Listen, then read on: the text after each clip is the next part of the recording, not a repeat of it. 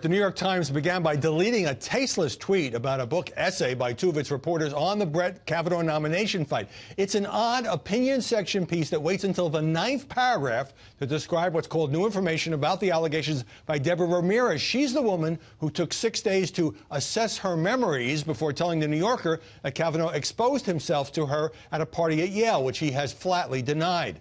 The Times authors in their book say they spoke to 7 people who heard about the alleged incident many years ago. And they publish a second allegation about another drunken dorm party at Yale where Kavanaugh supposedly pulled down his pants and friends pushed a woman into touching him. And yet, reporters didn't talk to the former classmate, Max Stier, who's claiming that this happened, but to 2 officials who communicated with him. President Trump tweeted about the story this morning.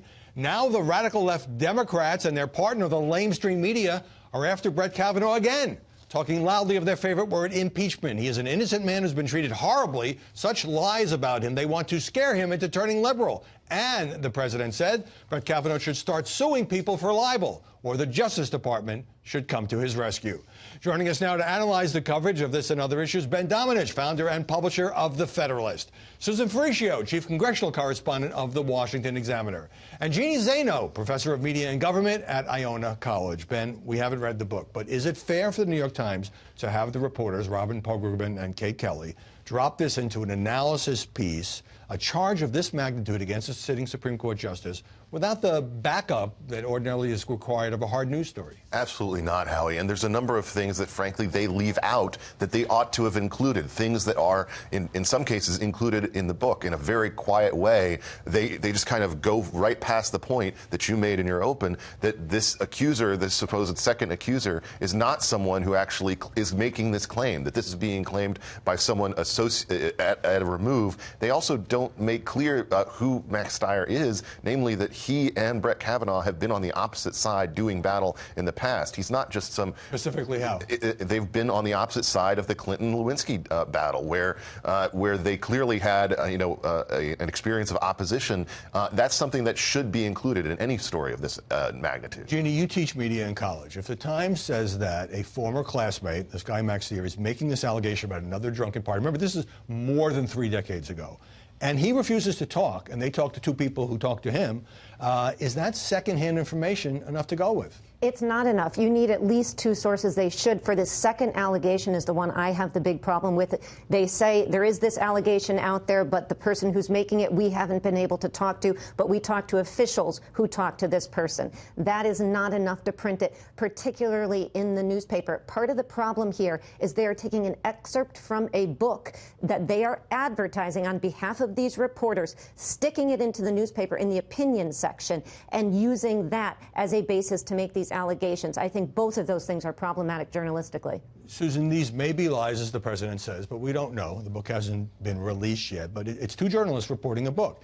Is the president on solid ground in saying, first of all, these are lies, second of all, in saying that they are trying to intimidate Kavanaugh into making more liberal rulings, and finally, in suggesting that a sitting Supreme Court justice sue for libel?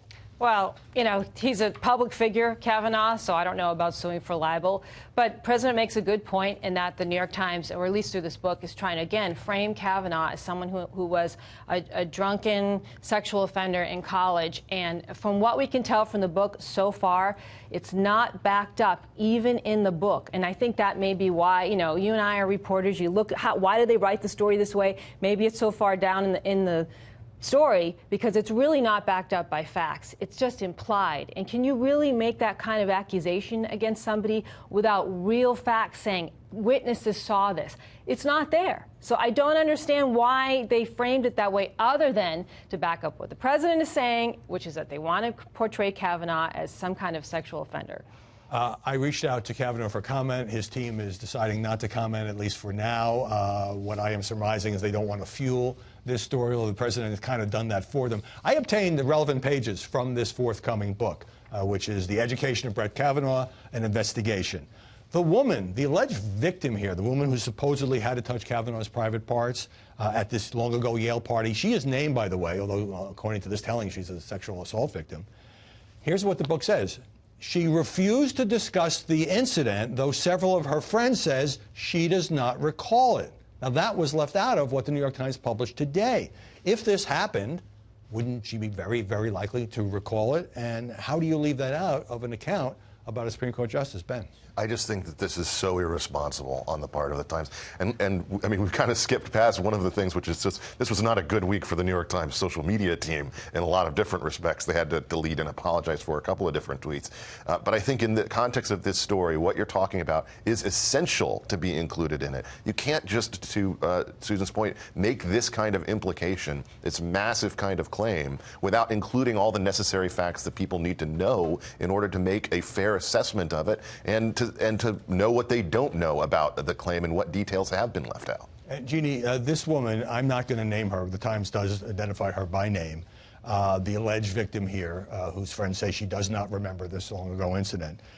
She does have, the Times, the book by the two Times reporters does quote a, quote, written statement by her. It's not about this. It's about vouching for her friend Deborah Ramirez, saying she's honest and has integrity. It's not clear whether the written statement was made to the authors or they obtained it from some other venue. Yeah, and you know, I think that, again, is part of the problem, that we haven't had the benefit of reading the entire book yet. I mean, you obviously have excerpts. We haven't read it. The Times pulled out sections of this book, which all of these points is the problem, because you have allegations that are unsubstantiated. I do think we have to differentiate between the first allegation, for which there are apparently 7 people who are corroborating it, and the second, for which there is no corroboration. And to Ben's point, the tweet is absolutely despicable. They apologize. But to describe, if it happened, to describe it as harmless fun, to do that to a young woman is absolutely unacceptable, and the Times is going to have to take action on that. Just to be clear, on the Deborah Ramirez original allegation, she, of course, did not end up testifying at the hearings. The 7 people, according to this book, said they had heard about it, but they're not eyewitnesses. They were not. And so I'm left thinking they don't have the classmate directly who is claiming this, and they don't have an on-the-record comment from the woman herself, and her friends say she doesn't remember it. What do they have? Okay, so it's the way you package the story. You write it as though it's fact, and then you put the lack of facts further down the story where nobody reads it. So the public perception is that it's fact. I watched it all unfold last night on social media, the way it's going today. People are looking at this as yet another very likely true allegation against Kavanaugh, backed up by 0 facts. It's changing the narrative, and it's really about the media's own accountability here. Are we going to keep writing stories like this, reporting stories like this based on our own political biases to target people or support people, depending on whether we like them or hate them? Reporters need to write about facts, and that's what they were supposed to do here. Right. Well, obviously, many of us will have more to say after we've actually seen the book. Let me turn now to John Bolton, ousted this week after 17 months as President Trump's national security advisor, former Fox News contributor, and here's what the president said. He made pretty clear in speaking to reporters that he was unhappy with Bolton. He made some very big mistakes when he talked about the Libyan model for Kim Jong-un. That was not a good statement to make. He's somebody that I actually had a very good relationship with, but he wasn't getting along with people in the administration that I consider very important. Ben Domenech has obviously been an avalanche of reporting and commentary about President Trump's a horrible manager. This is his 3rd national security advisor. Almost everyone in his orbit flames that eventually. Has that overshadowed their fundamental differences on several foreign policy issues? You know, it's always funny to me the way that these stories play out in the media, because someone will join the White House team and immediately be criticized. It's a terrible choice. You know, John Bolton is this warmonger coming in. He's inconsistent with the president. Man. He's a wild man. Yeah. He's going to lead us into war. And then as soon as he leaves, oh, you know, strange new respect. It's, oh, no, he was, you know, a strong hand at the wheel, you know, and now the president's going to be even crazier.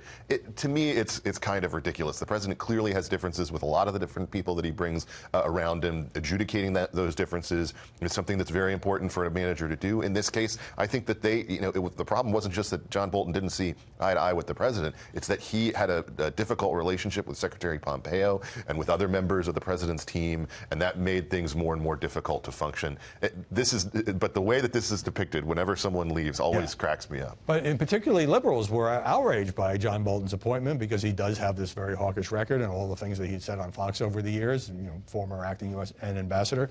And now many of the same liberals are saying this is a terrible thing that Trump pushed him out. Yeah, you almost get whiplash, right? Because when he's appointed, it's, bemoaning the fact that he would make this appointment of such a hawk and somebody who diametrically opposes him. And then all of a sudden, it's become being fired by the president is somehow a hallmark that you have moved up your status or retiring or resigning or however this came out. But, to me, it's really a non-story. The story here should be a story about the impact on our foreign policy and Donald Trump's approach to foreign policy and leading the nation. That should be the story, not the comings and goings of Bolton. Well, in fairness, some have tried to deal with that. And look, if he does even a half mooch, then he'll be a hero to the press.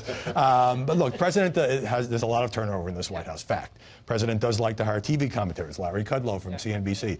But Bolton's more aggressive approach than Donald Trump's on Iran, on Russia, on Syria, and of course on the Afghanistan summit at Camp David, which got canceled, it cannot have been a secret to Donald Trump. I was surprised when he joined the administration, just based on what the president campaigned on, getting troops out of Afghanistan, more focused on the United States versus trying to change the world abroad instead.